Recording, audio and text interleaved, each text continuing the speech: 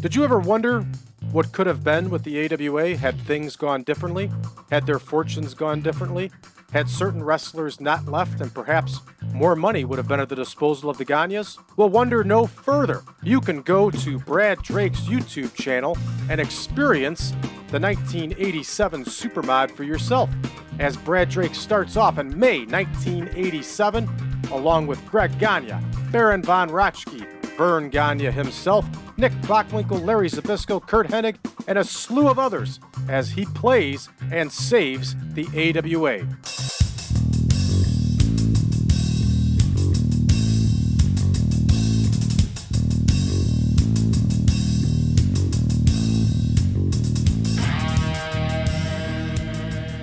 Thank you for joining another edition of Bumps and Thumps, the talk of wrestling. I'm Brian Ferguson. My guest today is well known throughout the pro wrestling world. He has numerous tag team titles he's won, is best known for his time in the WCW, as well as in the faction Next Generation with Brian Christopher and David Flair in the NWA/TNA, and is also the son of legendary WWE Hall of Famer Cowboy Bill Watts. Ladies and gentlemen, it is my pleasure to introduce Mr. Erik Watts. Erik, thanks for coming on. Oh my gosh, yeah. The Brian Christopher and all that was very important compared to the son of Cowboy Bill Watts. Okay, so let me ask you something. What is on your bed? Well, what logo? Oh. What is that? That is the WWE blanket. My grandkids got me that a few years back.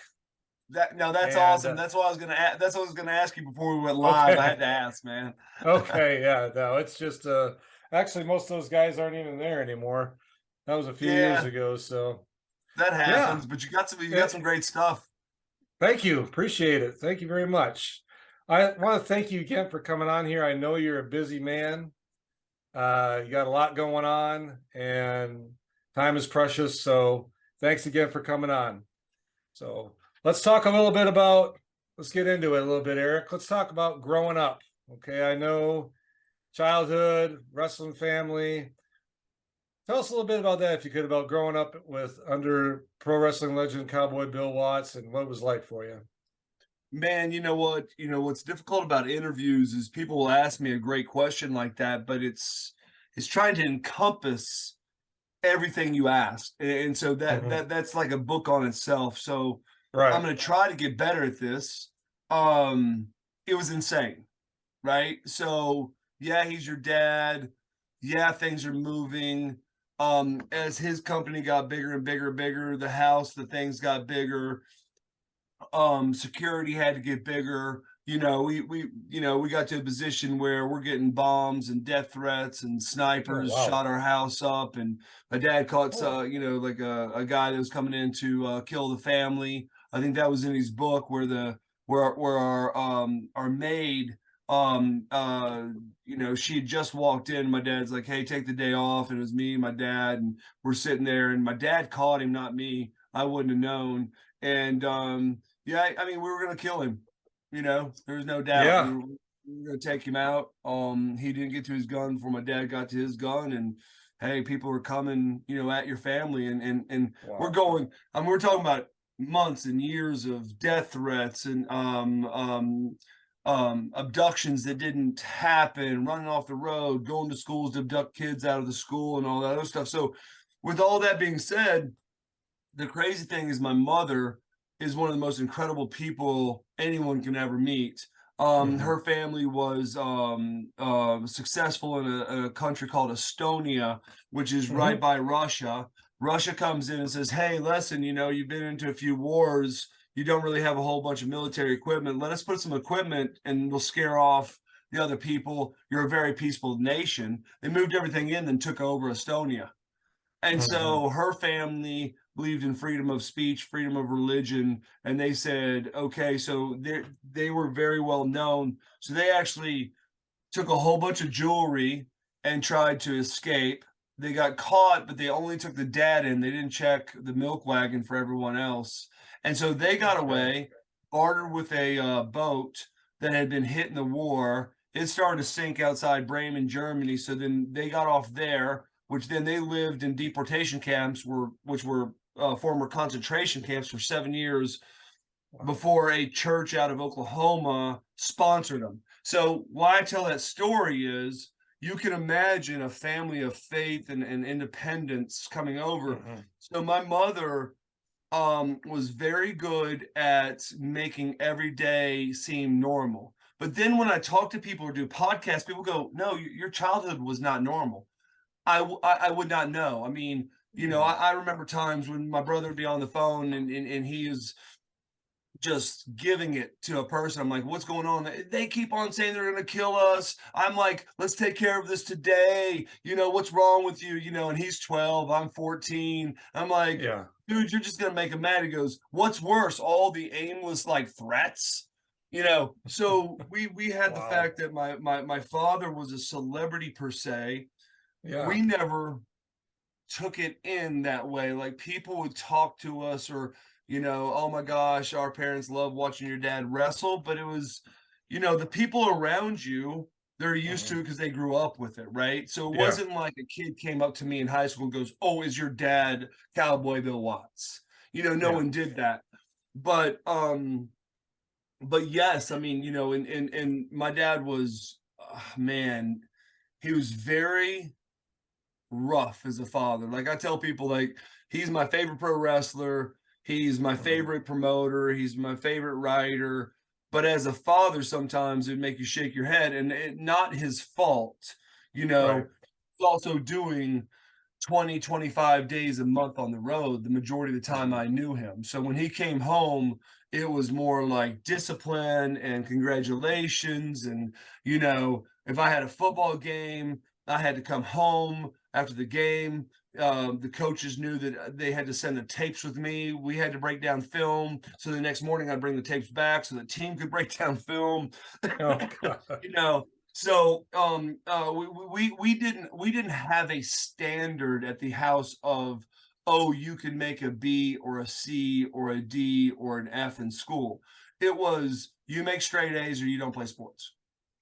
So now because my mother was so good at enriching us mentally, A's were never a problem.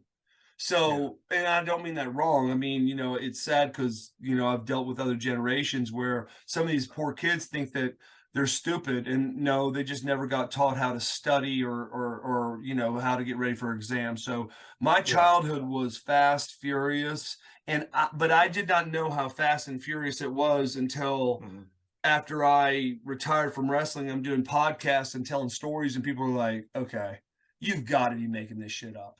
I mean, like literally, you know, I'm like, no, I mean, you know, I remember when it was really bad. We had 24-hour, you know, police at our house. I mean, we had to gate our house. I mean, every one of us took combat, hand to hand. We were shooting stuff, doing things. I could say that we probably had a little bit of firepower that was probably illegal. But you know, I mean, I'm gonna say off the record, my sister at 10 or 11, her spot was under the grand piano if the alarm went off, and we all had different districts we had to go to defend our house and our lives, and she might have had a gun that shot very fast, a 22 caliber, and had like maybe a casing on top that held 100 200 bullets. But I heard machine guns are illegal. So let's say it's a very fast semi-automatic. And so, but what else do you give a 10, 12-year-old to help defend from people trying to come kill you? So that was my upbringing, man.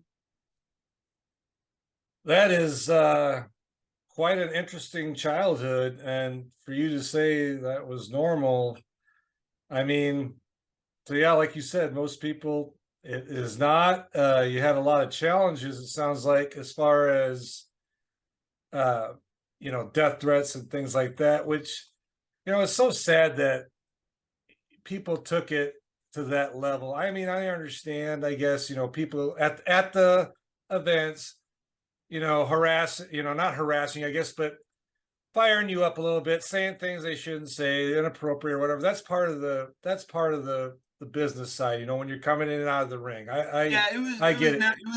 It was never fans, okay? You know, where all this came from is my father bought into the NWA in Oklahoma. And then when he, you know, the NWA, a lot of people don't understand, that was a franchise. So you could have franchises. So back when I was young, there was 23 territories. Most of them were NWA. You know, like when they talk about all Ric Flair's belts, you know, the majority of Ric Flair's belts were NWA titles, right? So it was like a McDonald's, right? If you won this territory, blah, blah, blah. And then they kind of flipped out when my dad said, hey, here's the problem. I am going to disenfranchise from you all. Do not be mad. Thank me, because you have no competition. And competition breeds success. So I've got the photo. I think it was 1969 when he brought in everyone from the NWA into Las Vegas to have this meeting. I need to find it and post it. And at first they were like crazy, like no, don't. And then they loved it because they saw the money of it, right? If you're the only act in town or in the country, right, then you only have like the NFL has the NFL. If the XFL takes off, watch what happens. It's like, remember back in the days when WCW had Saturday Night Live, which was not Saturday Night Live, it was pre-taped. And then WWE said, hey, we're going to do Raw. And then WCW goes, we're going to do Nitro. And Thursday did whatever. And then we did Thunder. And then all of a sudden the ratings went through the flipping roof. And no one knew that it kicked all us wrestlers' asses because a lot of people don't know, back in the day, you didn't get paid at WWE to wrestle on TV because they said that's promoting your own image and likeness, and you'll make royalties off the shirts and the dolls. Now, only the dark matches afterwards, like Shawn Michaels and Undertaker and those people, got paid from the gate. The reason why they had those matches was to keep the audience hyped up to see something that the TV audience didn't see. That's how we did all the sellouts, right? Yeah. So a lot of people don't know this. So now all of a sudden, as wrestling's going through the roof, you know, you can just mark it on your flipping calendar that you got 2 days a week that you're wrestling for free. You know, a lot of people don't know that WWE contracts for 99% of the guys, you're guaranteed, I think it was a 2-year contract, and you signed for 2 years, you're guaranteed 3 days a year at $150. Oh, wow. So, and I'm talking about your big dogs. Like, I'm talking about your big dogs were on the same thing. And that was Vince's brilliant way, and I do say brilliant, of keeping you in check. You want to get cocky, you want to be mad, you say you don't want to do something, stay home, right? So I see it from both sides. But so my father was doing that. Well, at the same time, my father's coming in and he's taking over territories. You know, I'm not saying that every promoter graduated from college. My father didn't graduate from college. My father left early because he got I think he got drafted by the Houston Oilers, and that's why he took off early. My mom went into modeling because when you come over and you can speak 12 languages, but you come over from nothing, you're trying to support a family. So she had a shot at modeling. So she kind of left after high school to go model. And that's how my dad and mom re-met. My dad was, you know, selling out against Bruno Sammartino for Vince Jr.'s dad, Vince Sr. at the WWF. He saw a billboard and he was with one of the wrestlers and go, I used to date that chick. And the guy's like, yeah, you did. Shut up. And so he found the modeling company through the ad agency, got in touch with her. She was living in New York and they started dating again. So that's how this. Do you ever wonder what would happen if you give a dad a podcast? I'm what you call a nerdy fan. I nerd out at this stuff hardcore. You'll hear me talk about anime on here. You'll hear me talk about Power Rangers. You'll hear me talk about wrestling on here. Okay. I had an axe handle with a Twisted Tea on it. It was right after that Twisted Tea video went viral. And man, they went out and grabbed it and smacked a dude in the head with it. It was so... That's great. I'd like to think of this podcast as a nostalgia moment for me. It's a show where I can talk about whatever I want. I'm a human and animal chiropractor. There was a picture of me. It looked like I was on the side of a ramen box over in China. But So I took my kids with me to Comic-Con. I thought that was really cool. Well, I don't know if my wife should listen to this podcast. We'll cut that part out. You hope. Be like, and then Robert said this. If You Give a Dad a Podcast. Available now on all podcasting platforms.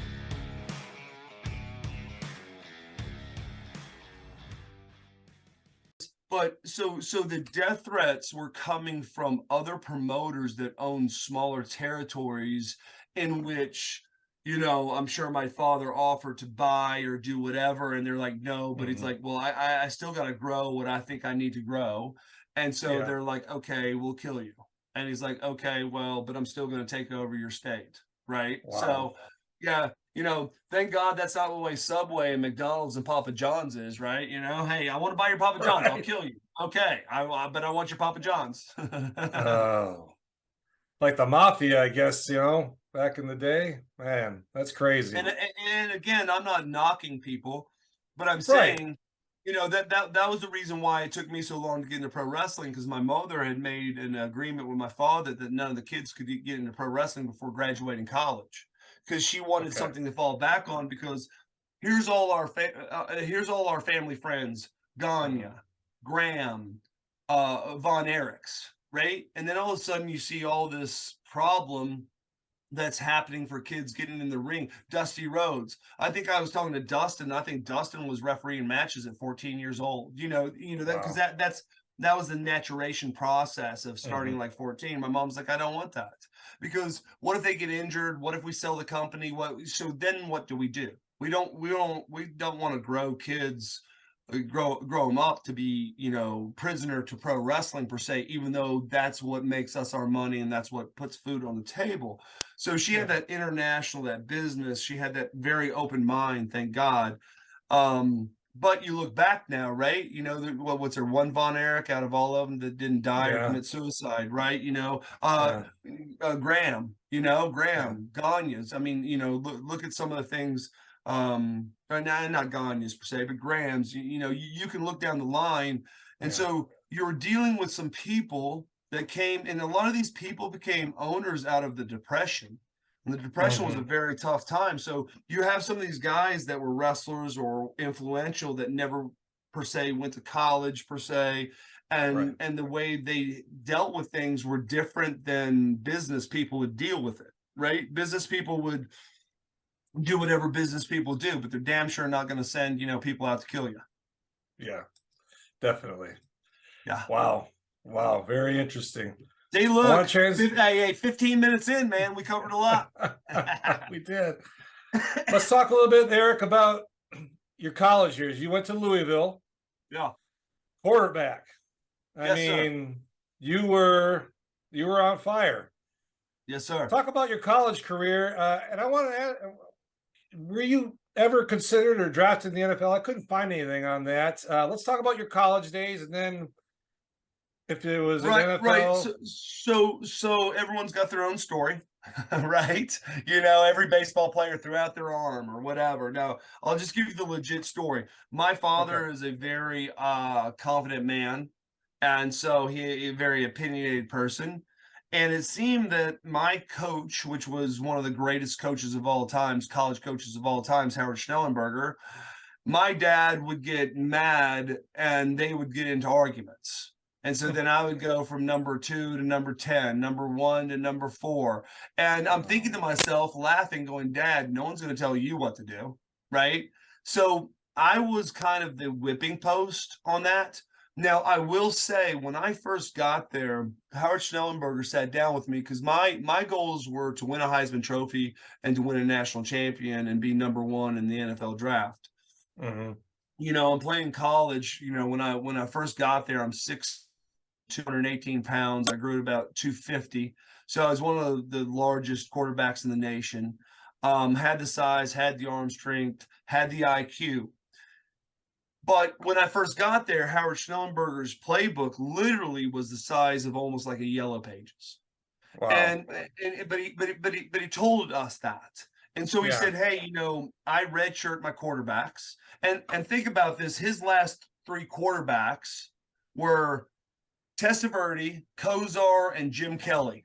And when he was doing pro, it was Johnny frickin' Unitas. So the guy is a quarterback whisperer, right? So if he's telling me, hey, I don't care how smart you are, sit back. So when I first got there, I watched one of the most incredibly football smart individuals play quarterback. The difference is the year before he had a gruesome injury where he dropped back and a guy hit him when he was throwing the ball. And literally I watched it like twice, and I think I threw up once. When he got his leg, he was throwing, so he fell on top of the defender. So he broke the leg sideways at the knee. So now, thank God it went numb. The emergency medical comes out and has to lift him up to let the defender out from underneath him. That's how bad the break was. Like Joe Theismann, right? Yeah. So he came back. So in spring ball, I show up, and my dad, and coach have not had the time to really get mad at each other. And I remember, because they do it by alphabet. When I showed up, I was 13th string, Watts being at the end of the alphabet.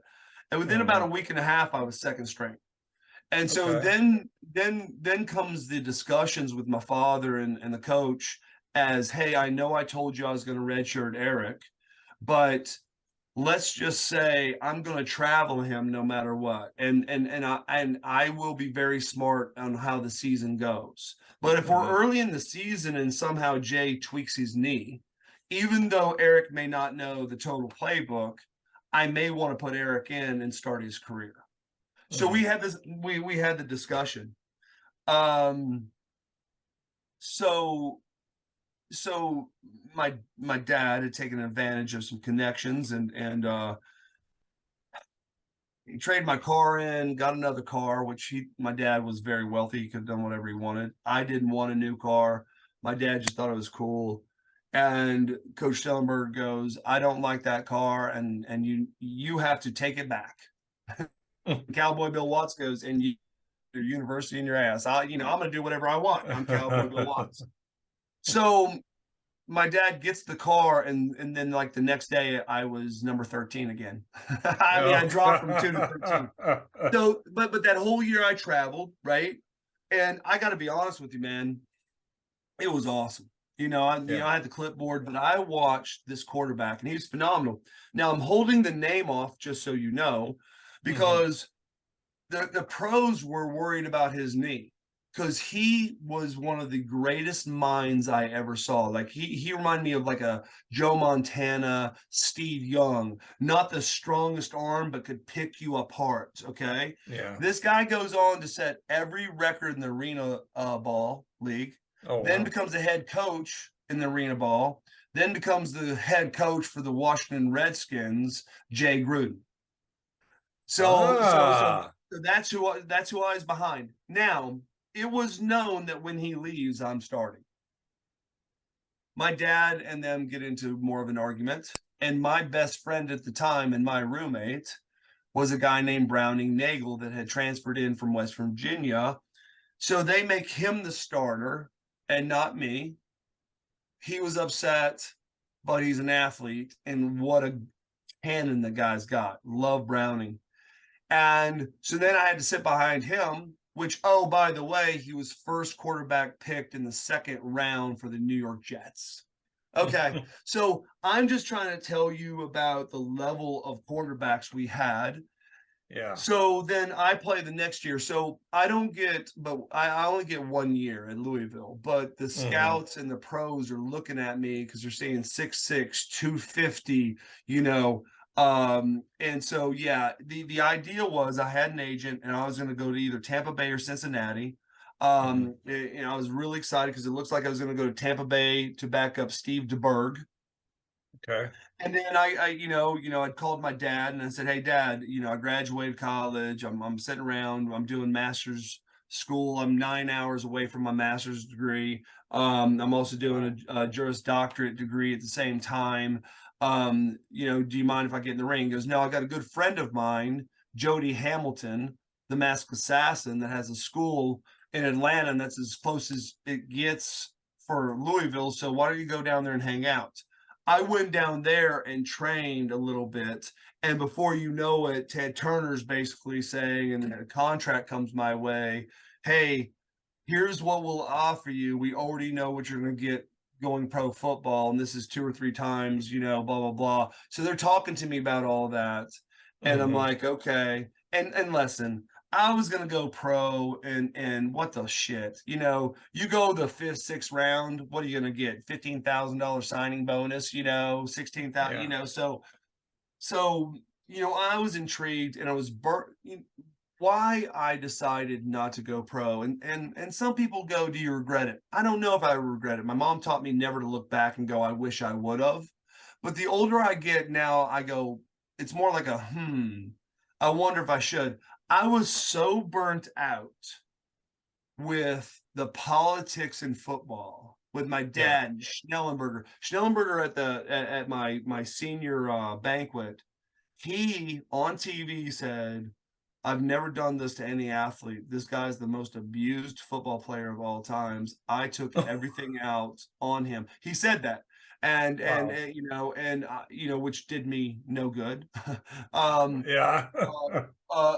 then it didn't help my draft choices, because Sports Illustrated printed a small article saying that Erik Watts is not going to go to the NFL. He's going to go pro wrestling. Oh, no. Right. So again, at the time, I'm like, man, this sucks. This politics, it sucks.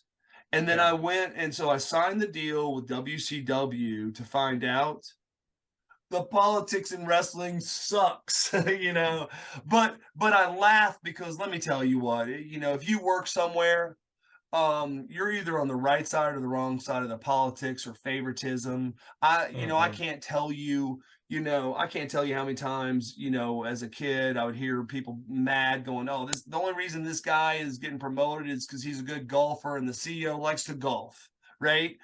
But at the same time, you can either take your time to be mad about it or accept it. Yeah. And like I used to tell people that had asked me, like, how do you feel about people that get promoted to play golf? I go, well, why don't you play golf then? Well, I hate golf. And then I would think to myself, okay, but what you're saying is that CEO promotes people that like to play golf. So who's the smarter person? The guy that plays golf, right? So I said, learn to play golf, right? So I've kind of learned to play golf in my life. I've learned to play golf. I'm not going to let people tell me, oh, this is bad, this is sad. I have had such an unbelievable life. And yes, my father is Cowboy Bill Watts, but I will tell you this much. I'm not successful because my father was Cowboy Bill Watts. He didn't run my companies. He didn't sell my companies, and he's not running my companies today.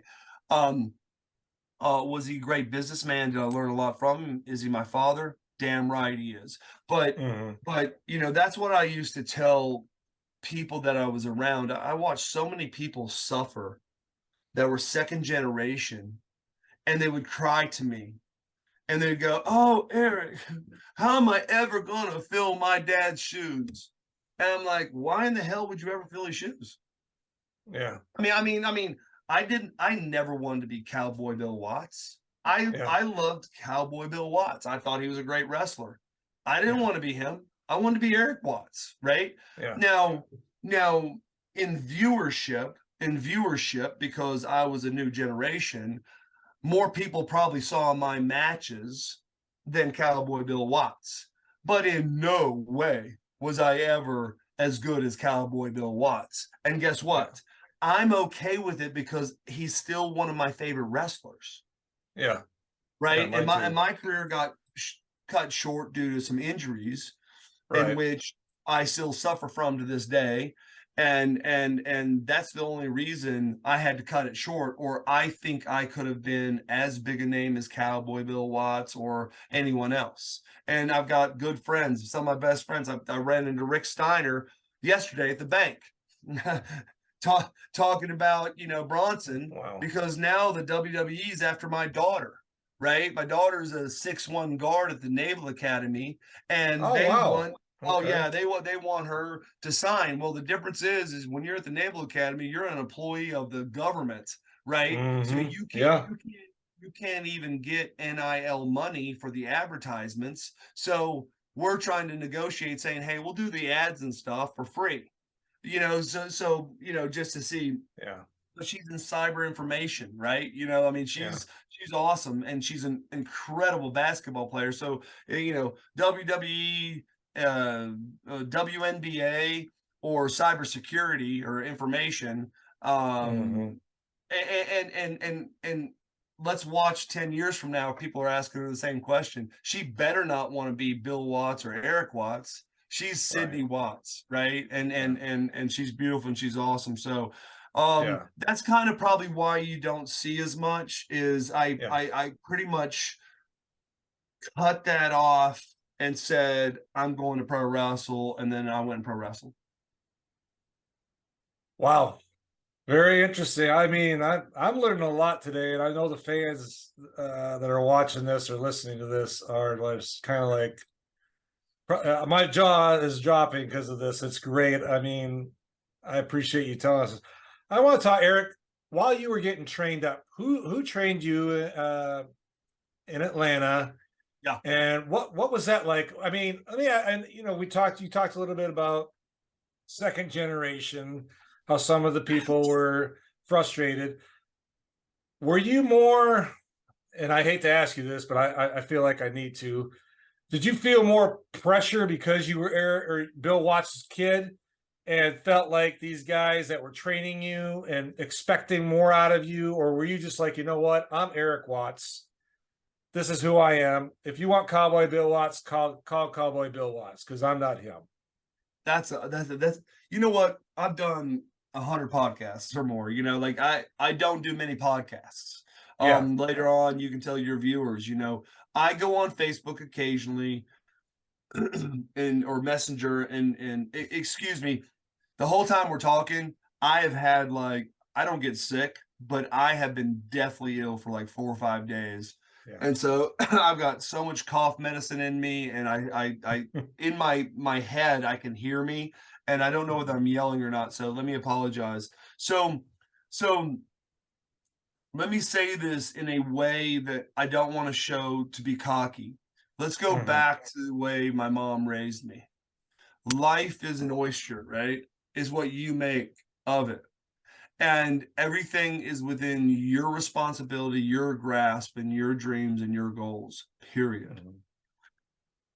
So a lot of people don't know this, and it blows my mind, meaning the podcast. But let me say this. I went to work out and see what it was like to get in the ring. My daughter called me the other day and said, "Hey, Daddy, if the Navy approves it, I may go for like a week or 2 weeks to jump in a ring at one of WWE's rings to see how it is." I said, "Great, tell me where it is. I'd love to come up there and watch." And then it took me back. Hear me out. All I wanted to do was get in the ring, because as a child, we set the rings up. We sold T-shirts. We did the music. We did security. We did the ticket counting. We drove wrestlers to the airport in between towns. We did it all, but we were not allowed to be in the ring and wrestle. I did not know Carney. I did not know how a match was called. I knew the moves. So I knew none of the psychology. From watching, you could tell the psychology, right? And my dad has certain movies, Shane and a few other movies, where he'll tell you, you want to learn true psychology, this is the greatest movie to watch, because the villain, and it's so awesome to watch a person with his aptitude and understanding of pro wrestling to talk about, a movie or whatever. So let this be said. He sent me to Jody Hamilton, a very dear friend of him, the Masked Assassin. There he had a little pissed off guy named Sarge. And I called him the Chuckinator because he was like small like Chucky and acted like the Terminator. So I called him the Chuckinator. He was the biggest pain in the ass I've ever met. hated life, hated everybody else because he was he was short and everyone else was getting the push he should deserve.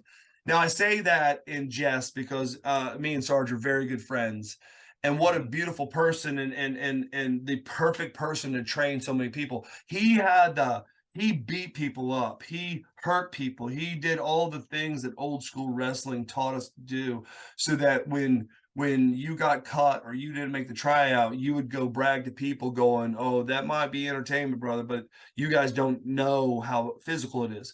They would have especially love bodybuilders and gym rats, which you had plenty in Atlanta, and they would have them crying, throwing up, begging stop. Some people were trying to do lawsuits. That's how bad they beat people up. Wow.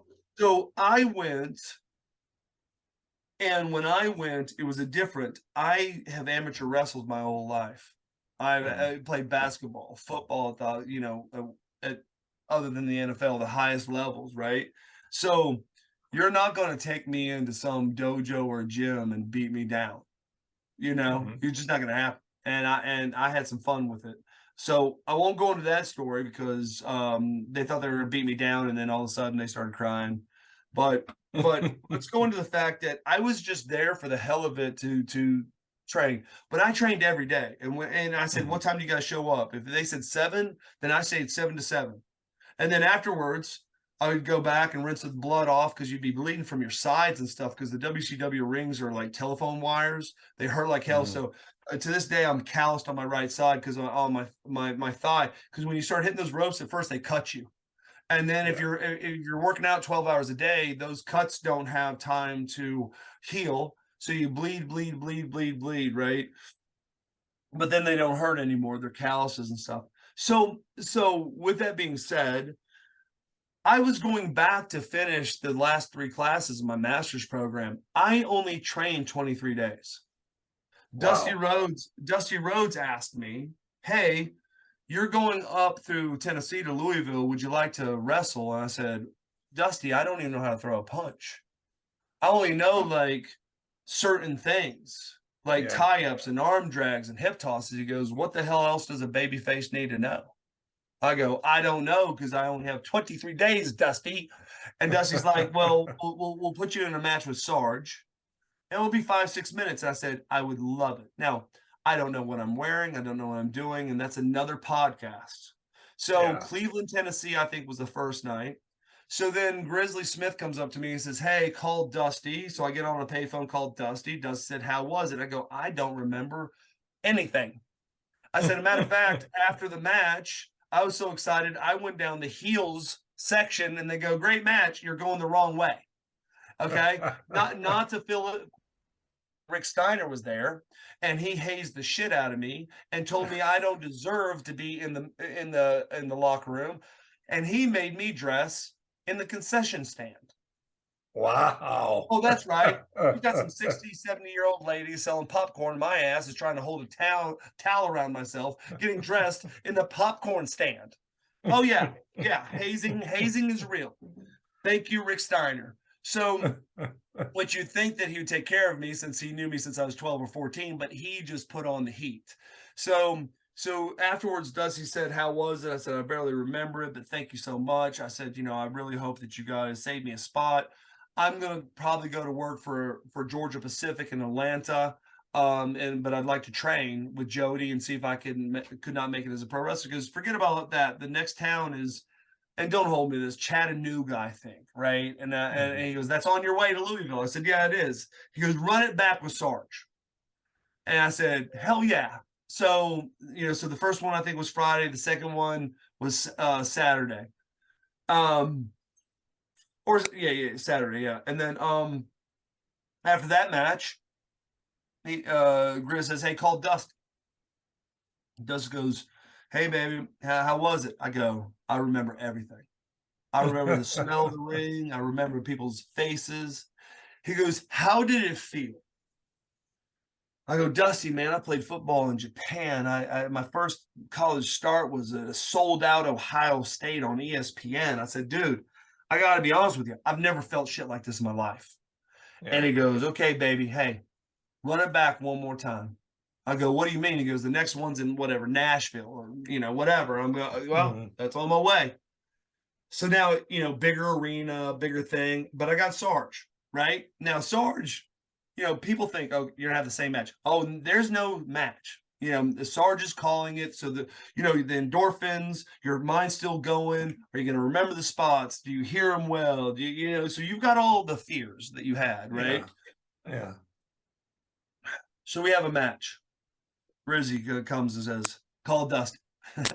So I called Dusty. Dusty goes, what was it like? I said, remember what I told you, Dusty, about I remember everything?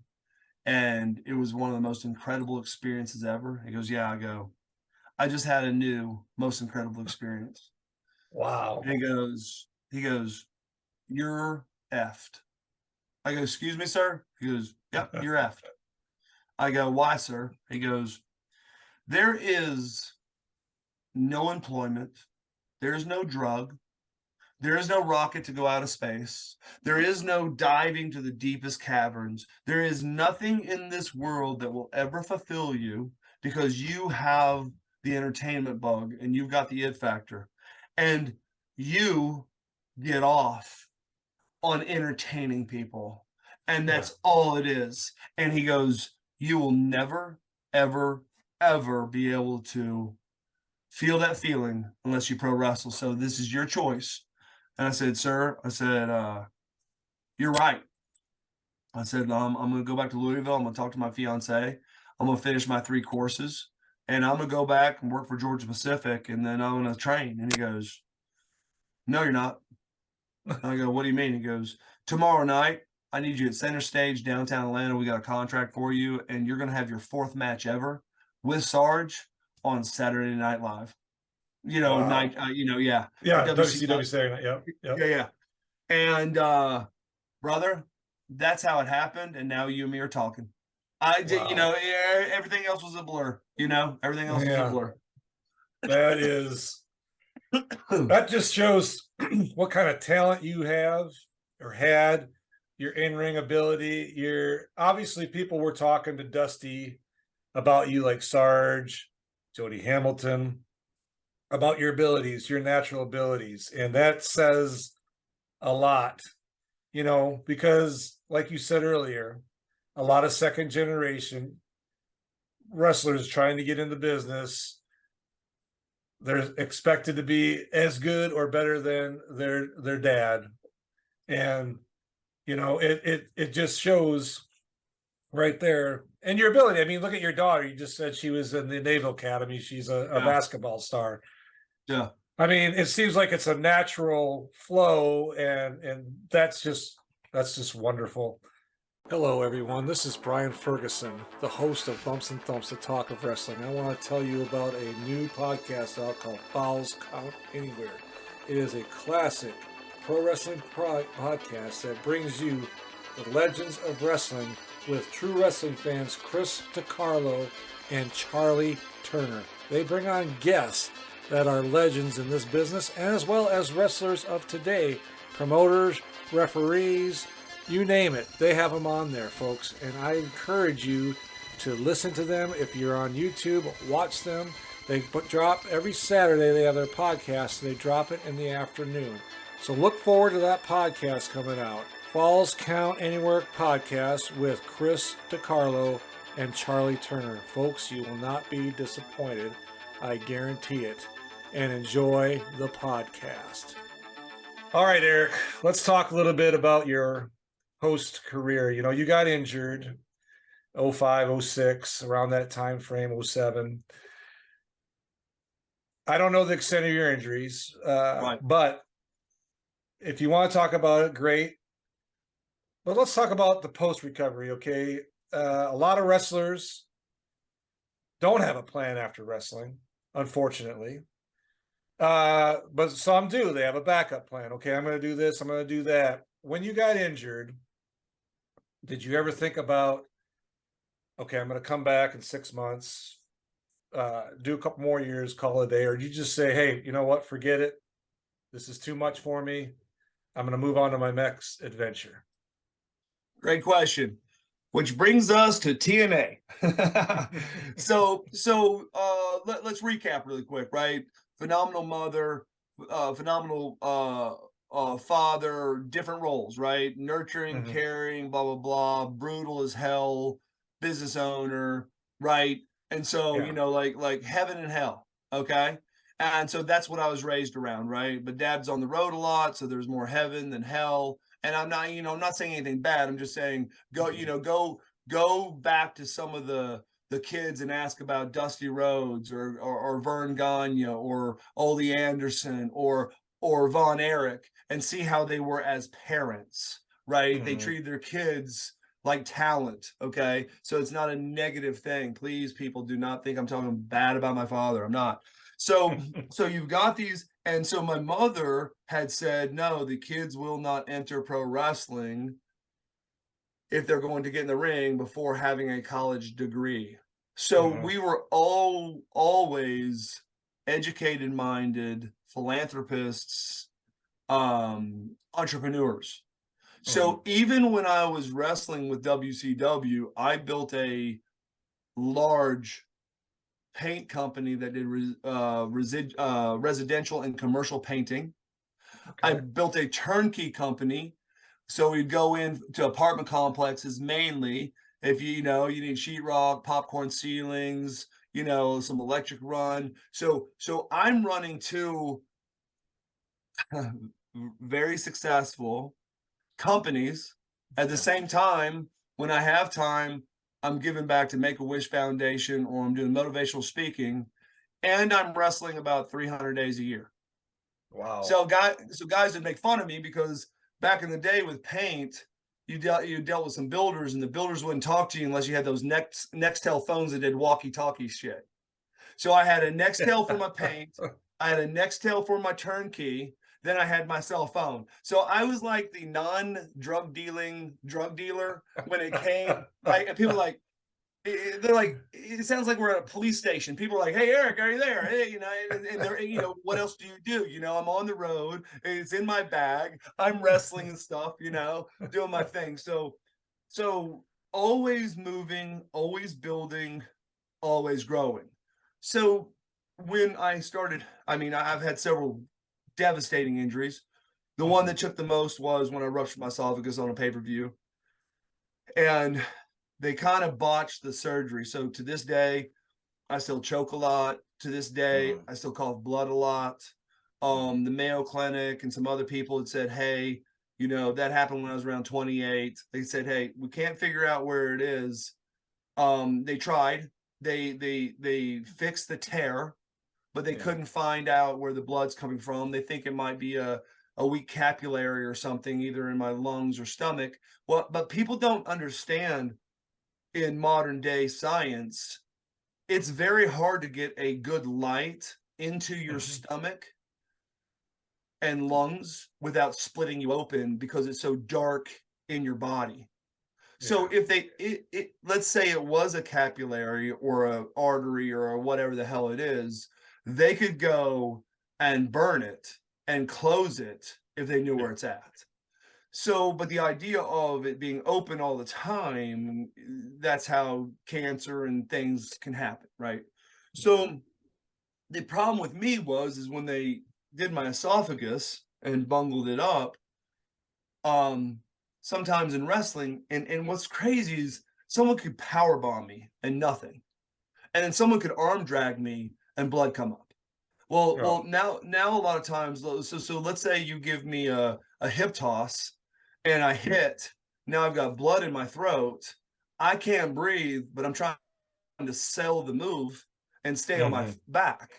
It became an issue to where sometimes I'd have to roll out, just grab random drinks out of fans' hands and drink it or clear it, or the refs knew to come clear it. So it became, it wasn't the bleeding, it wasn't this, it was the fact that it made it kind of tough to perform the matches and be there 100% when you're also trying to manage like some internal bleeding and breathing, those things constantly. So I and my wife had sat down and I said, hey, listen, I don't need wrestling. I love wrestling. All I've ever wanted to do since I stepped foot in the ring is to stay in the ring. I went to college to be a Heisman Trophy winner and a national champion, right? I came in the ring to be as big or bigger than the biggest of that time, right? Why else would you go into anything? You want to be the best, and not from an ego, from a competition, from a personal pride, from whatever you want to call it. And so here I am, and I just made the decision. I said, listen, baby, because her thing was, are you sure you can walk away? You're second generation, but I said, yes, I can. It was like that. It seemed like it was that week. Out of nowhere, I get a call from Vince Russo. Now, I only talked to Vince Russo once in my life. My first week or 2 weeks at WWE, he came and interviewed me because he used to be the editor for WWE's magazine. That's all I know of him. So then he tells me a story about how my father is the one that got him in to be a writer. And another podcast in the future. Awesome story. Awesome story. So he's with Jeff now at TNA, and he calls me up and he goes, hey, I want you to listen to me. He goes, I believe, your dad saw something in me. I don't need to see something in you. I'm asking you a favor. Jeff put me on a course to find someone that hasn't been on TV for the last 3, 4, 5 months and, or whatever, what have you. And that's big because at that time, they're still trying to get Hogan to come in. And so, I don't know if Sting was in yet, but Lex had been there. Buff had been there. I think Sting had been there. There were some people that, were there, Yeah. And he wants someone out of nowhere. And I'm like, nah, I just told my wife I'm good. I said, I've never even watched TNA. Yeah. And he goes, well, bro, you got to come. I go, where's it at? In Nashville. What day is it? Only Wednesdays. So he talks me into going that next week, and I went up there and I said, hey, I don't want to talk to all the guys. I don't want any, I don't want any news spinning or nothing like that. Is there a place? He goes, yeah, there's a place upside that I can sneak you up. It's called The Nest, and you can watch from there. And like Raven and Jarrett and a few guys will pop up there to watch matches, but they'll all know you're going to be there. I said, cool. And I started watching. I'm like, who are these guys?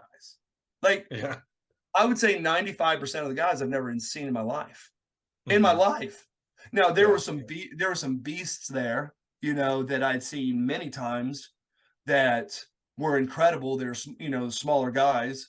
Jerry Lynn is one of the greatest wrestlers of all times. Yeah. Kid Cash is top 100. I mean, Kid Cash is really, really good, right? And so you're seeing Kid Cash and you're seeing Jerry Lynn and then Jarrett and Raven and those guys had, but who is this AJ Styles dude? Like who is it? And I could keep on going and going. I'm like, who in the hell are these guys, right? But it took me back to my ECW little run that these guys, you could tell, were showing up what we used to call for a 6-pack. Right? The old adage was, who's that guy? I don't know. They pay him a 6-pack. like literally, I was told some of the job guys at really small indies would get paid in beer, right? And so that's kind of a saying, like, they showed up in a 6-pack. Bro, for the next 2 hours, I was in my own zone, in my own world, and my chin was on the floor going, these guys love wrestling so much. They're putting it on. When I saw AJ, some of the bumps and moves and things he did, I go, oh yeah, he will not walk past 50. Just like the first time I saw the Hardy Boys, which, by the way, that's another podcast. I did one show, an off show, an indie show in Tulsa, Oklahoma. I was living in Atlanta. We did about almost $40,000 of gate money. In 95 or 97. And I literally had guys from WCW, and WWF, and people were like, how did you get those guys from both companies? I said, because I called and asked. They're like, there's no way that Vince would let some of his guys be on the same. I said, bullshit. I talked to Vince.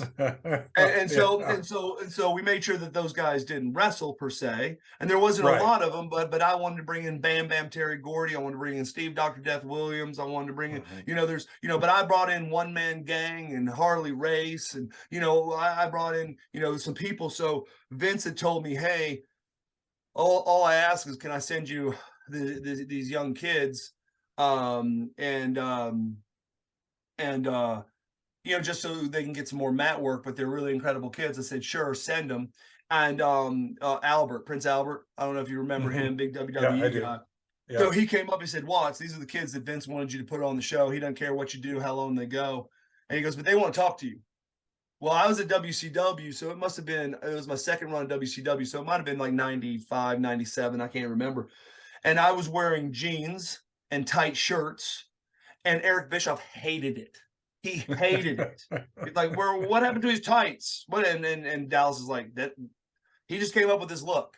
He goes, it looks like a skateboarder or something shit. And he's like, yeah. And he loves it. And he goes, Hey everyone, this is Brian Ferguson, the host of Bumps and Thumps, the talk of wrestling. I want to talk about our podcast today. Our podcast is about getting stars on here from yesteryear, professional wrestlers, referees, promoters, independent wrestlers. We get their stories out to you to relive those great memories and to live those great memories and get their story out about what they go through in everyday life and get into that ring and what they go through, what they sacrifice, and what they're doing now. So please join us today. Subscribe to the podcast. Go to our YouTube channel, check it out, and subscribe. If you listen to audio, we're on almost all the platforms that provide podcasts. Check it out. Subscribe on those channels.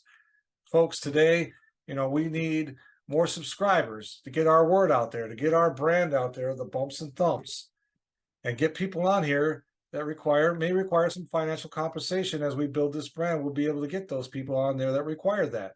So folks, join today, subscribe, go to the podcast, check it out. I know you're going to love it. Talk to you soon. Take care. God bless. Right? I'm like, here, Kennedy. And so the kids came up and they said, sir, we've seen you wrestle on WCW, and we're not the most ripped or whatever. You're a giant. We can't believe that you're putting a shirt over, your size, but we love the look. And I'm going, what are you asking me? And they go, well, we know in the business you don't steal looks and you don't steal finishes. I said, so what are you asking me? Because I was wide. They go, if Vince allowed it, can we mimic your outfit? And in my heart, I loved it because I was at WCW.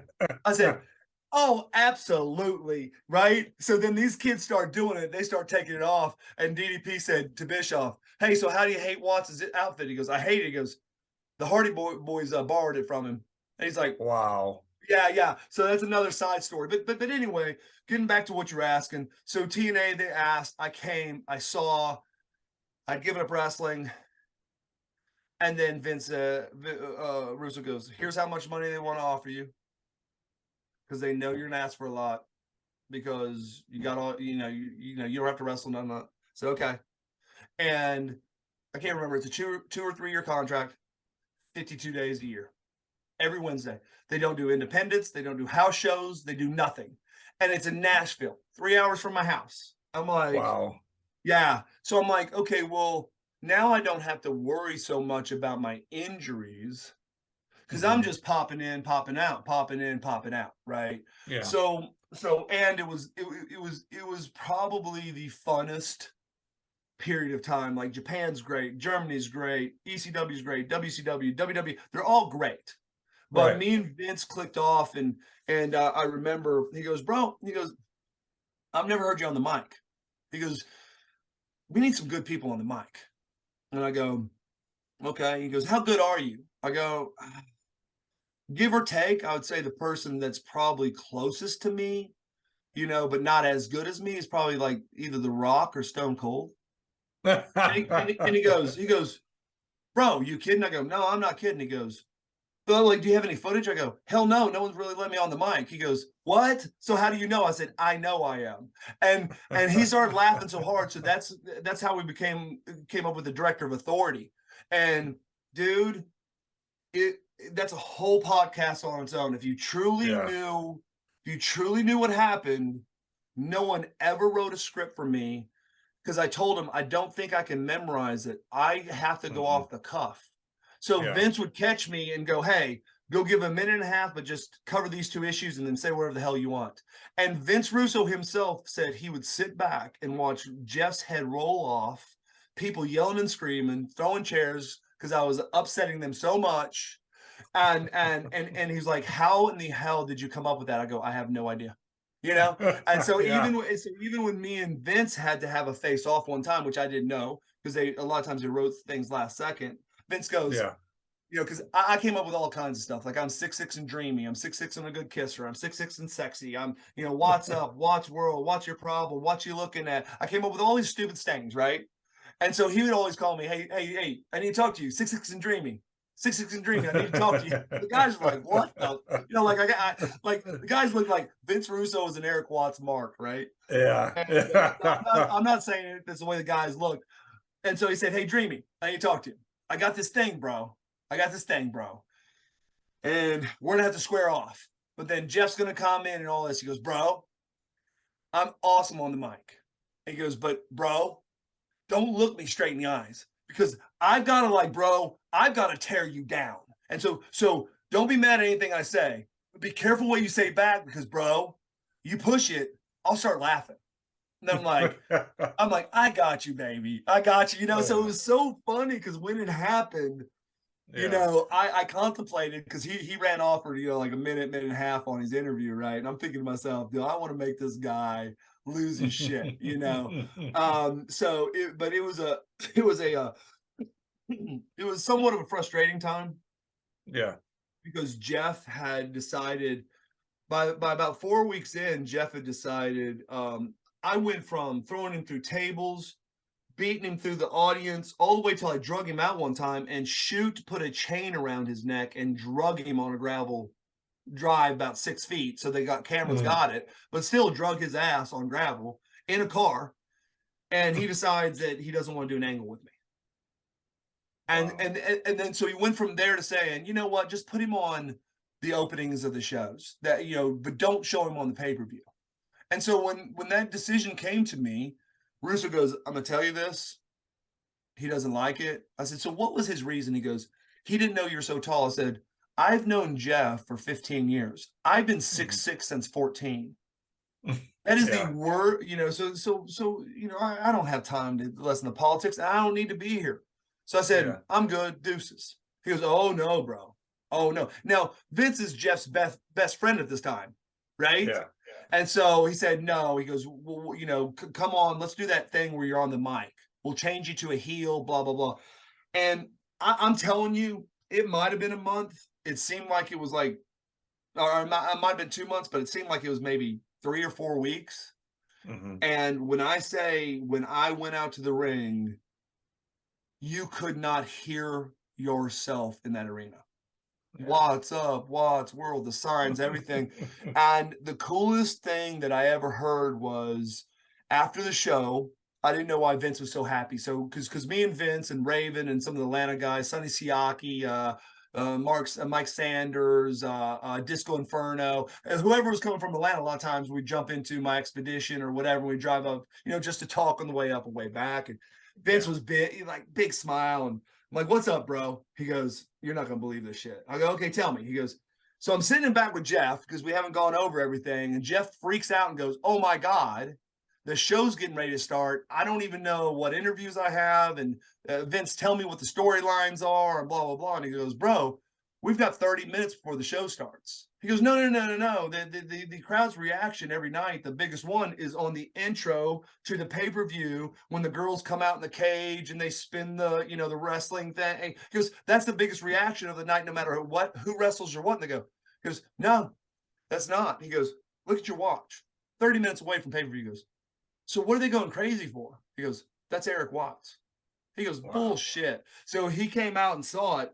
So after he saw that, he goes, how long has it been like that? He goes, Jeff, pretty much about ever since we demoted him down to the start of the show. He goes, he's the most popular guy we got. What are we going to do? He goes, I would put him back on the show. So when they put me back on the show, they brought me as a DOA. And then shortly after that, Jeff wanted to tag up some. And it was kind of funny because Jeff would come up to me and go, oh, Erik, we got these guys tonight. And Vince said, you're going to do like an interview for like a minute and a half. Tell me what you're going to say. He was like, really rip that guy's ass. That's going to be funny, you know? And I'm like, Jeff, I don't know what I'm going to say till I get out there. He goes, and he could, like, I think he thought I was lying to him and got mad at me. He's like, so you're going to kayfabe me? You're not, you know, like I co-own this company. I go, I'm telling you the truth, bro. You know, so that was on TNA. And so after TNA, and it crushed my heart. I mean, it crushed my heart. TNA is starting to run house shows. And even though I'm very against the whole Orlando Disney TV tapings, those are horrible. You always lose the audience. It's just a piped in audience. It's just not good. But I was so excited for him. I thought it was the dumbest idea to do an octagon because they like the UFC. That was the dumbest idea I've ever seen, because your whole life, if you're in Mexico, you're going to your left. If you're going any other country, you're going to your right. I don't know if your viewers know that. That's what will throw you off sometimes when you go to Mexico or Puerto Rico or whatever. They do everything to the left. We do it to the right. But I mean, all of your moves are like tackle, right, tackle, you know, or straight. Now, you know, you go give a guy a tackle and you're like, shit, do I hit this 45? Do I hit that flat? Do I hit this 45? Do I go straight across? And so when we were first doing it, and remember, you know, you're only wrestling there so often, it really threw things off. But Dallas Page had come in and he goes, I want to do a program with Erik Watts. So they put me with Raven, and then I beat Raven to go into an angle with Dallas Page. And at that time is right when my divorce, 5-year divorce, is starting to be finalized. And my lawyer said, we got to cut back.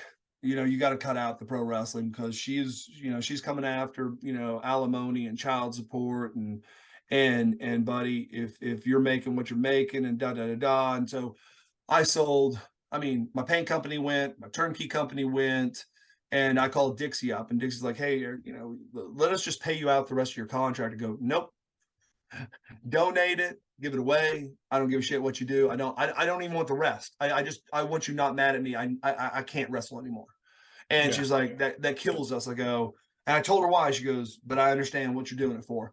And so I did it. And then after my divorce, you know, in Georgia, it's very tough. I waited the 5 years the judge asked me to, and then I went back and got custody of my children. But it was more of a financial move at that time, even though, you know, it didn't hurt because, you know, with some of my past injuries, it didn't hurt for me to walk away. But here I am, and I was like, oh, yes, now we're going to show Vince, you know, because no, Vince was for me. Vince was good to me. But, you know, I was there for a short period. My partner messed up, got done, you know, and then I was tired of, I could have been there for a long time. I just said, Vince, I need out. I said, you know, I can't be sitting on a shelf for a year and a half. I'm too young. I've got to have matches. But it would have been nice to have, you know, a long program with DDP. And now this is when Hogan's coming in, Bischoff's coming in, people are showing up, Razor Ramon, you know, is coming in, Kevin Nash, Road Dogg. And I'm like, hold on just a second. All these guys are coming in, but one of the main storylines is going to be me and DDP. And hold on, I got to do a program first with Raven. So now I'm like, oh, so it was so, it took my air out a little bit, but I was so focused on what I had to do with my divorce and things. And again, my business sense kicked in. Now I'm a little bit more sad about it because I'm like, damn it, man, you know, the Raven and then Dallas and, you know, where would that have gone? But like you said before, thank God for my mother and my father and what they taught me in the entrepreneurship and things like that. That's what allows me to do a podcast like this at 10:55 a.m. in Atlanta, Georgia, is because all I had to do is check with my boss, and I said, "Hey, Erik, can you do it?" And I said, "Yes." And then Erik said to me, "Well, the Atlanta traffic's horrible." And I said, "Yeah, but I just got to walk from the bedroom to my office." And so Erik goes, "Well, that shouldn't take too long." So then all of a sudden I decided to do it. All right. quite an interesting story. So one last question. What are you up to now? What are you working on? Any projects? Are you got anything in the works? Yeah. So you and me spoke a little off air, so one or two things is I have never been big on the social media, so I'm trying to change up some of my accounts. There's a lot of stuff I did not know. Like when I first did it, they said you've got to be the official Erik Watts because there's going to be other Erik Wattses, and now the new research shows that some of Google's search engines and some of other people's search engines, the AI goes actually like the spelling of your name. So the official Erik Watts would be way down from the 9 million Erik Wattses spelled with a C, spelled with a K, spelled with a CK. But yet when I first did it, you wanted people to know it was official. Pages have changed. So I'm going to do a public page, an athlete's page. I'm going to push as many people over there so that I can do more updates, keep people up to date about my life. So I'm working on that right now as we speak. I do business consulting on a basis in which when I want to take on companies or people after I interview them that I think that we can really make some changes, I do those. I was doing them back to back and got really burnt out because a lot of times when I take on a new company, I'm going to do 80 to 110 hours a week. Wow. Well, you got to, man, right? You got to. Some of these companies been up for 15, 20 years, so how do you break bad habits and how do you implement new policies and procedures? So I took the last 2 years off and decided to start my own credit card processing company. It's called Positively Processing, and it was tongue in cheek because there's not much positive about processing. Because if I'm not talking about your credit cards. I'm talking about business owners that accept credit cards. Okay. I work with them on the rates in which they pay, so I save them money going through me. So, but I've been so slammed that I haven't even had time to do a website. I just get called by people that say, "Hey, you saved money," and we're rocking and rolling. I'm getting to the point where I'm gonna do a website. I mean, if there's people out there, not that they'll remember this, if they want to reach out to me for processing, the email's info@positivelyprocessing.com. Info@positivelyprocessing.com is the site. I'll be coming up with a site for that.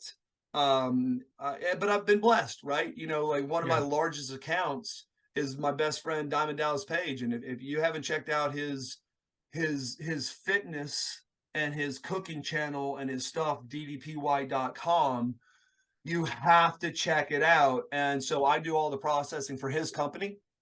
A matter of fact, don't tell everybody, but we set something up not too long ago that if someone wants to check out his program for a month, don't tell everybody. I'm supposed to only tell like you. But let's just let people know. Let's let people know it's ddpy.com/cameo.